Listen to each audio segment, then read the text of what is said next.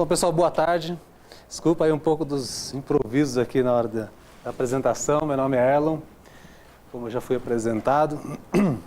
Vou falar rapidamente da minha trajetória, vou contar um pouquinho da experiência que eu tenho, né? Meu objetivo aqui é transmitir um pouquinho da minha experiência, transmitir um pouquinho da vivência que a gente teve na mudança de várias estruturas, né? De controles internos, gestão de risco, auditoria interna, sistemas. Vou explicar um pouquinho também como é que está acontecendo as mudanças lá na empresa onde eu trabalho. Falar um pouquinho da empresa, para vocês terem um pouquinho noção do qual que é o nosso escopo geral de auditoria.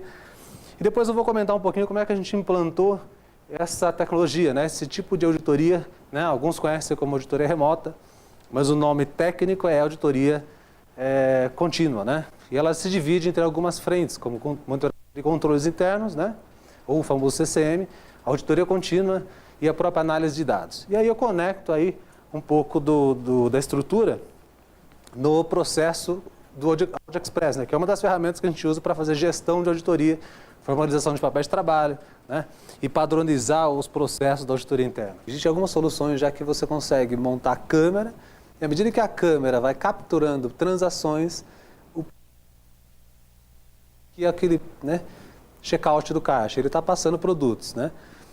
E a câmera conta, ela tem um sensor que conta movimentos. Então, se ela passar um e não registrar ali, geralmente ela passa por cima para não ler, né? Aí não registrar, ele acusa um alerta e manda a informação para o operador lá da sala de para descer, certificar, pedir para ela rever o processo. É uma tecnologia cara, tá?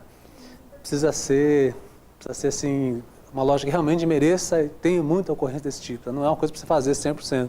Aí só Walmart, grandes operações mundiais que fazem isso 100%. E tem um outro aqui, mas esse é um bem interessante, porque era um assunto muito importante, tá? E aí separamos um mapinha aqui só das 10 piores operações, né? Então aparecem lá as 10 piores aqui. Neste momento, Recife tem uma operação ruim, alguma coisa no Rio de Janeiro, né? O maior volume de lojas está em São Paulo, né? Naturalmente São Paulo, Rio e Minas Gerais, maior concentração de lojas, tá? Por isso que geralmente é aqui que aparece. Um outro indicador, a gente vai passar aqui, ó. Eu comentei com vocês sobre, acho que a avaliação está aqui mais para frente. Os follow-ups, né? Então é aquele lá que vocês viram, então você pode ver aqui. Né? Você vai clicando aqui no gestor, você vai vendo qual a loja que teve o problema. Aqui eu não vou entrar em mais detalhes, se eu clicar aqui, ele vai. É o canal de denúncia, você vai entrar numa denúncia, vai abrir o processo aqui. Como é um processo sigiloso, tá? A gente resguarda aqui. Estou mostrando para você o sistema de produção, tá? Aí depois nós temos os indicadores financeiros, foi aquele que eu mostrei para vocês, né? Que ele calcula, ele pega do sistema financeiro, pega da posição contábil, pega do razão, pega dos extratos bancários registrados dentro do SAP para fazer a conciliação. Ele pega todos os dados. Eu vou só mostrar os generalistas, embaixo tem alguns tops, né? Que eu não vou abrir um detalhe, mas aqui basicamente todos os anos é o volume das denúncias. À medida que eu clico aqui, ele vai explodir o ano e vai dar detalhe por mês a mês, né? Ó. Abrindo por tipo, né, de recebimento. Acho que já chegou no fim. E aí, né? Volume de entrantes por mês, enfim. Né, por tipo de conclusão, no prazo, se foi encaminhado. Depois ele abre aqui os nomes, né? Depois você tem aqui, agora, classificação, se foi procedente, improcedente, procedente em partes, né? Isso aqui, basicamente, a base do nosso sistema é um sistema simples, o dentro de casa, um Access, e a gente colocou o ACL para ler o Access, interpretar e gerar. Então, as reuniões do Comitê de Ética, entra aqui, logo no sistema e explode e analisa caso a caso. Aqui eu já vou encerrar, porque aqui ele já começa a entrar na abertura de detalhes. A variação, né, dos pontos de auditoria, que ele comentei para vocês também.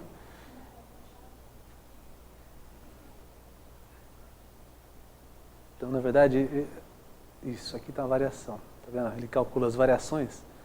Porque a gente teve uma demanda, inclusive, olha que interessante. Esse aqui é até bacana. Lá no Comitê de Auditoria, em uma das reuniões, um dos membros falou o seguinte, olha, nós temos uma percepção de que os pontos estão andando, a gente vê quem entrega, quem não entrega, mas qual que é a visão de vocês, né? Ele perguntando para a gente da auditoria interna, sobre a idade dos pontos de auditoria. Quais são os pontos mais antigos aí que estão se arrastando ao longo do tempo? Então a gente criou essa visão de aging, né? Que está um pouquinho para cima aqui. É o aging dos pontos de auditoria, tá vendo? Está aqui, ó. Tá lá. Por diretoria, né? A gente clicou aqui nessa, postergados por faixa de age, de 0 a 30, de 30 a 60, e assim vai indo, né? Ó. 60 a 90, opa, aqui, e aqueles mais antigos, acima de 120 dias. Então, olha que interessante. Você consegue ver pontos de auditoria que estão vencidos há mais de 120 dias sem solução. E esses caras aqui são aqueles que a gente vai para o comitê brigar, né? Brigar no bom sentido. Olha, o que está acontecendo? Chama o diretor aqui, quero ouvir o depoimento dele no comitê. Vamos entender qual a dificuldade dele. Quem que é? O presidente que não está apoiando? É o gerente que não está entregando? É a TI que não está te ajudando? O que está acontecendo? Porque a gente entende que pontos altos, e se eu vier aqui, ó, tá vendo? Ó, eu posso mudar o critério de pontos médios, baixos e altos. Deixa eu ver se eu consigo aqui. Processar só os baixos. Olha lá, tem pontos baixos também, né? Médios. Acima de 120 dias. Mas acho que ele já voltou aqui, ó. Vou clicar aqui. Olha lá, tem sim, ó. Médio tem um caminhão, né? De pontos vencidos. Então isso aqui são os pontos que a gente tem que tratar. Olha que interessante. Se você reparar, até aqui era uma situação.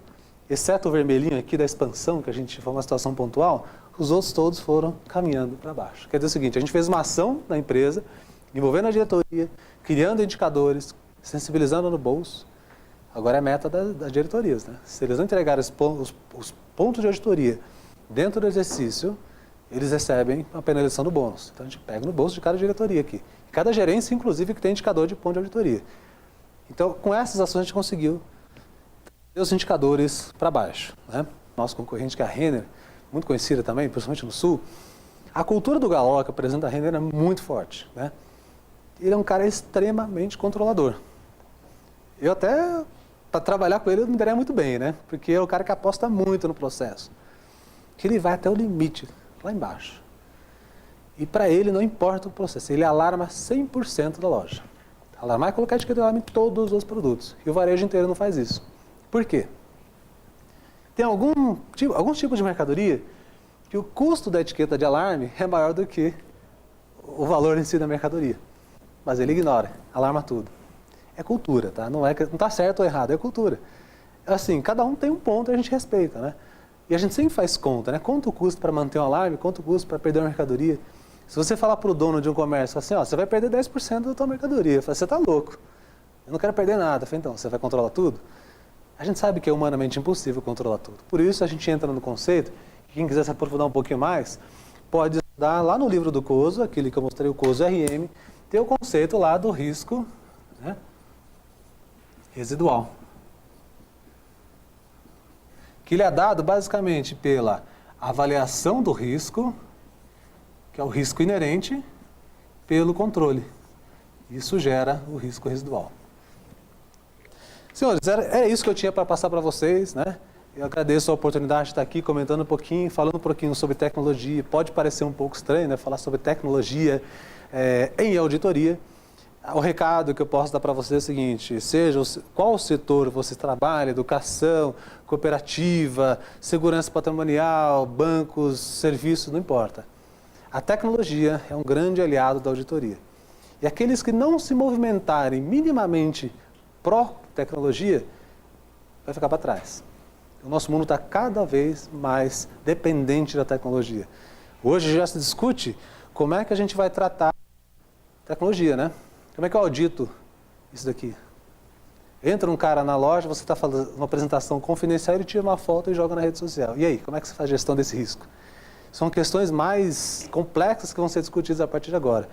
E ter uma unidade de negócio aqui, outra lá, por 2 lojas que você tenha só, e precisar fisicamente se deslocar para fazer tudo, sem dados estatísticos que te ajudem a tomar decisões, é muito mais difícil. Então, o recado que eu poderia passar para vocês, invista um pouquinho de tempo, pesquise ou tente demonstrar os efeitos de um uso da tecnologia. Nossa, a tecnologia não é a mais perfeita, tem muito aperfeiçoamento para fazer ainda, a gente ainda é bebê nisso. Nosso case de comparação são 2 empresas, CPFL e Banco Itaú, que têm os melhores modelos de monitoramento automático que a gente conhece hoje. São as 2 empresas que a gente vê no Brasil. A CPFL ainda está muito mais operacional, o Itaú está muito mais no estratégico. E a gente quer chegar no meio termo desses 2. Então, agradeço a oportunidade de estar aqui passando um pouquinho disso para vocês. Deixo o convite, né, para todos que tiverem interesse e puderem, quiser comparecer da Ana Marisa, a gente fica na região da Barra Funda, em São Paulo. Nossa sede está lá, as portas estão abertas para que vocês possam visitar, conhecer o nosso modelo, discutir um pouquinho mais na essência e, eventualmente, trocar outro tipo de informação sobre o projeto que a gente implantou. Certo? Muito obrigado, viu?